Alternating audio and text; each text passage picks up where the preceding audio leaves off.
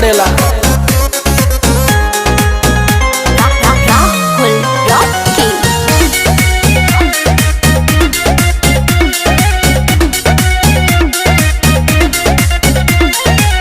चैती बयरिया मचौले बतबाही, लस लस देह करे आवेला जम्हाई। चैती बयरिया मचौले बतबाही, लस लस देह करे आवेला जम्हाई। कैसे